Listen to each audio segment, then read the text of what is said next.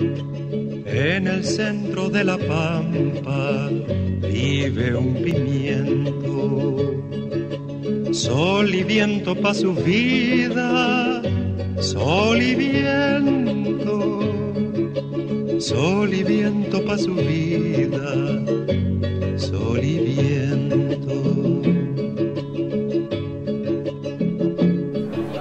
Bonjour, je m'appelle Patrick Bernard. Bienvenue à la 82e édition du Piment. On est ici au Forum social des peuples à Ottawa. C'est une convergence extraordinaire des gens qui travaillent pour un autre monde, des gens du Canada, des gens du Québec et des gens d'ailleurs. Alors, dans ce Piment 82, on va visiter un atelier qui fait partie de ce forum. C'est le Tribunal des peuples sur l'industrie minière canadienne. Le Tribunal des peuples, en anglais The Permanent People's Tribunal, c'est une organisation menée et appuyée par une fondation en Italie, la fondation Lelio et Leslie Basso. Alors, le tribunal ici, et l'atelier qu'on va visiter et voir est organisé par plusieurs groupes. L'entraide missionnaire, la Coalition québécoise sur les impacts sociaux et environnementaux en Amérique latine, Justice transnationale extractive, le Centre de recherche en éducation et formation relative à l'environnement, l'Institut Polaris, le projet Accompagnement Solidarité Colombie et finalement Alternative. Alors, on va visiter maintenant l'atelier, le tribunal des peuples sur l'industrie minière canadienne. Eva Mascolo fait l'introduction pour l'atelier. Elle explique le tribunal aux participants à l'Ottawa. Qui l'ont bien suivi, en fait, qui ont été assez courants de l'événement, qui ont peut-être participé à l'événement. C'est quoi le tribunal d'opinion? Un tribunal d'opinion, c'est une assemblée délibérative qui prend généralement la forme d'un vrai procès avec des juges, des procureurs, des jurys, des témoins et des experts qui sont Pendant que Thérèse Gay parle aux gens, vous entendez un son. C'est quoi ce son-là? C'est la traduction orale faite dans un coin de la chambre pour les gens qui parlent anglais plutôt que français. La mission, c'est de dénoncer des violations graves et systématiques des droits fondamentaux des peuples qui sont souvent commises en raison d'idéologies ou de systèmes ou de pratiques qui méprisent ou négligent les droits humains. Ensuite de ça, c'est d'offrir un espace de visibilité à des communautés qui sont affectées par la violation de leurs droits, mais qui n'ont souvent pas accès à la justice institutionnalisée. Comment on pourrait envisager un peu ça, parce qu'on veut comme continuer à travailler puis à avancer les prochaines étapes, la prochaine étape. Je pense que le contexte est très favorable pour médiatiser ce qui se passe présentement des mines au Québec, parce que la nouvelle loi des mines a été adoptée, mais toute la réglementation, le mécanisme va faire comment concrètement ça va s'appliquer, ces lois-là, c'est en train d'être étudié. Présentement, le timing serait vraiment bon pour mobiliser des gens puis faire avancer ce dossier-là. Au Québec, avec les méga-fosses à ciel ouvert, avec faible teneur, haut volume, c'est les mêmes stratégies que les compagnies emploient en Amérique du Sud. Tout ça ici, c'est beaucoup plus subtil. On va offrir de l'eau, si vous manquez d'eau, on va vous assurer un deuxième puits, on va payer l'effet scolaire de vos enfants, tout ça. C'est de la main-d'œuvre migrante directement de Chine. Je pense que tout le monde a suivi ça dans les journaux. C'était lié à toute la question de la législation autour des travailleurs temporaires et tout ça, là. Mais on a non seulement des cas comme celui-là où les communautés n'ont pas été respectées dans la façon que la mine s'est installée, évidemment, la question des Autochtones, on a la main-d'œuvre qui était pour venir de Chine, ça a été bloqué à un moment donné, mais disons qu'il y a un développement débridé minier au Québec et au Canada qui rejoint probablement ce que vous dites à propos de la mine Ben, l'article. Les mêmes stratégies, mais par rapport à tous les dommages collatéraux qui sont latents, parce que présentement, on ne peut pas les mesurer. La poussière qu'on respire à chaque jour, les vibrations sur le système nerveux, tout ça. On a des normes au niveau de l'Organisation mondiale de la santé, des normes au niveau des vibrations, c'est par rapport aux structures des bâtiments, c'est pas par rapport au système nerveux. Au Canada, en général, les syndicats ont joué leur rôle pour civiliser les relations de travail, travailler sur la question des respects des droits syndicaux, puis tout ça. On a réussi, ici au Québec, au Canada, à faire beaucoup sur ce terrain-là, mais c'est loin d'être le cas en Amérique latine, puis en Afrique, puis ça, c'est un élément révélateur pour nos membres de connaître ça. Maintenant, on a participé au tribunal des peuples, on a aidé en soutenant financièrement avec notre fonds humanitaire la tenue du tribunal. Puis là, on est plus au stade de peut-être faire connaître un peu plus le rapport. Le rapport, c'est un rapport de 60 pages, ça c'est bon pour moi, c'est bon pour les militants, puis tout ça. Mais si on veut élargir, parce que j'y ai participé au tribunal des peuples, c'était fort intéressant. Les 5 cas, écoute, en avoir la chair de poule, là, ce qui se passe au Guatemala, au Mexique, puis tout ça. Puis moi, j'avais eu la chance d'aller justement au Mexique dans le cas d'Excellent Resources.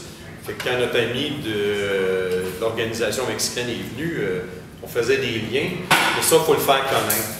Donc, moi, j'aurais une suggestion à la petite équipe, puis félicite pour le travail magnifique que vous faites avec si peu de ressources, mais peut-être que ça prendrait un mini-rapport ou quelque chose qui est plus accessible en quelques pages pour qu'on puisse le diffuser largement. On est toujours en train d'interpeller la santé publique pour qu'elle suive ces dossiers-là, mais ils sont toujours très, très frileux. Il ne faut pas trop se prononcer. Ce n'est pas leur rôle politique, ce n'est pas un organisme de pression. Présentement, on est en train de se réseauter au Québec avec la coalition Québec Meilleure Mine. On est en contact avec les gens de cette île. Des livres comme Alain Deneau, ça nous a vraiment aidé à se mobiliser. Quand on pense à la façon dont l'industrie minière procède, parce que très souvent, dans l'histoire, quand on regarde les documentaires de Martin Frigon, on comprend que l'industrie minière a pris pied ici, qu'elle a ensuite, qui lui a donné des techniques, des manières, des approches qu'elle a ensuite imposées au pays du Sud, souvent à leur grande âme, à leur stupéfaction, en développant là-bas là aussi des pratiques qu'on n'aurait pas pu envisager ici sur d'autres plans, qu'on a ramenées, ce sont les mêmes. C'est intéressant aussi effectivement de présenter les sociétés minières de ce point de vue-là. Par rapport au Congo, je mentionnerai seulement qu'en 2002 et 2003, des experts mandatés par le Conseil de sécurité de l'ONU ont demandé formellement au Canada d'enquêter sur 9 sociétés canadiennes présentes durant la guerre des Grands Lacs qui a fait des centaines de milliers de morts. Bon, et dans une guerre qui tournait foncièrement autour du contrôle des gisements miniers. Puis ce qu'on s'est rendu compte, c'est qu'au micro, il y a plusieurs profs ici qui sont venus parler pour dire qu'ils avaient peur de dévoiler certains trucs de leur recherche. C'est des profs autant en sciences de la santé qu'en sciences sociales qui font des recherches terrain en Afrique. Puis qui, vraiment, moi, ça me donnait des frissons qui disaient on ne peut pas publier nos trucs parce qu'on sait clairement qu'il y a des menaces soit sur nous ou soit sur les témoins qu'on a consultés sur le terrain. Donc, je pense qu'il y aurait je pense que le scénario 1 est hyper pertinent puis urgent, mais en même temps, je sais plus, je pense vous le mentionnez, c'est horrible ce qui se passe en Afrique, absolument, c'est criminel, puis on est tous responsables, sinon coupables de se taire et de rien faire. Puis on a aussi cette responsabilité de soutenir les chercheurs et chercheuses canadiennes, les intellectuels comme M. Deneau, puis c'est ça, il faudrait aussi avoir une assurance de dire, on a des Canadiens qui travaillent sur la question, puis on est aussi derrière eux. Donc s'il y a des menaces, on est une coalition. Puis je pense que là, ça pourrait chercher l'intérêt canadien parce qu'on ferait le lien entre les gens qui travaillent puis ce qui se passe là-bas.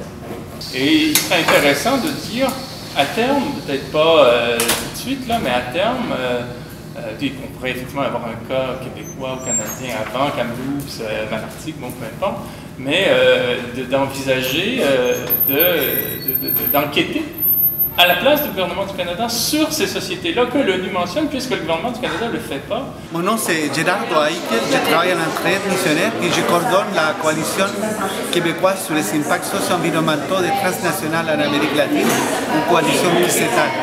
C'est une coalition qui réunit des organisations et des centres universitaires qui travaillent sur les impacts, qui essayent de sensibiliser le public sur les impacts des compagnies minières canadiennes en Amérique latine. Alors, on parle beaucoup de convergence. C'est une idée fantastique. On voit les possibilités ici, dans cette réunion. Pensez-vous qu'on a fait avancer la cause ici? Moi, je pense que dans toutes ces rencontres, on peut discuter, partager, on fait avancer des choses. C'est très difficile la convergence, c'est très difficile d'obtenir, c'est un travail à longue haleine.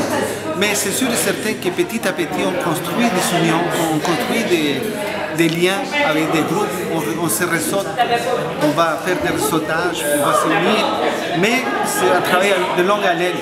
Notre coalition est née à partir de petits groupes qui travaillaient sur des questions minières. On a réussi à former une large coalition qui travaille aujourd'hui parfaitement ensemble avec la volonté des groupes, en tenant compte des spécificités de chaque groupe. Et c'est ça qui est important. Et je crois que si on arrive, nous, avec ces forums sociaux, à créer ce travail, à créer ces unions, on va réussir quelque chose.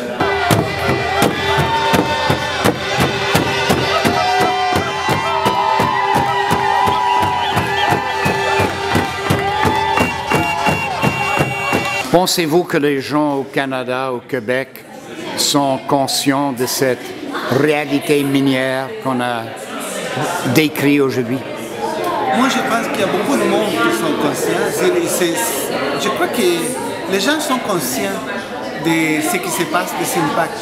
Moi, en travaillant depuis 8 ans sur les questions minières, en faisant des colloques et des rencontres avec des Québécois, en parlant avec du monde, je me rends compte que les gens, ils savent. Ils connaissent les conséquences.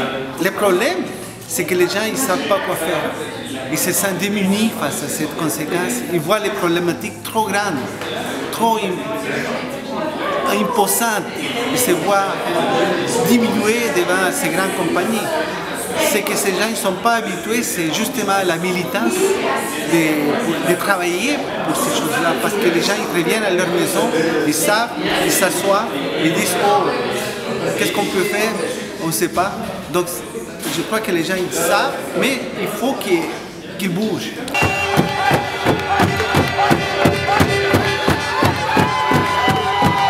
Peut-être ce forum, c'est un moyen de montrer qu'on peut faire quelque chose ensemble. Oui, je trouve que toutes ces rencontres comme ça, on démontre qu'il y a des gens qui travaillent, des gens qui avec peu de moyens, on fait la démonstration factuelle que les gens ils peuvent faire des choses, qu'ils peuvent travailler, qu'ils peuvent agir dans leur milieu et dans d'autres milieux avec peu de moyens.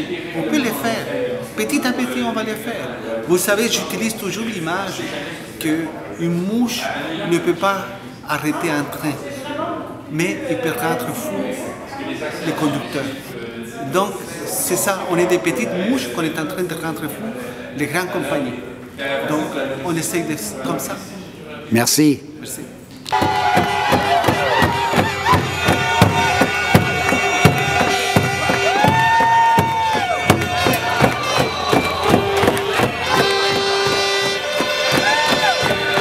Bon, c'est la dernière des 4 vidéos faites pendant le Forum social des peuples à Ottawa l'été 2014. J'aimerais remercier tous les participants. J'étais impressionné par leur esprit et leur intelligence. Si vous voulez consulter une de ces vidéos, c'est très simple, visitez Pimento 3. C'est le site où vous allez trouver les 4 vidéos. Pour l'instant, c'est Patrick Barnard ici. Au revoir.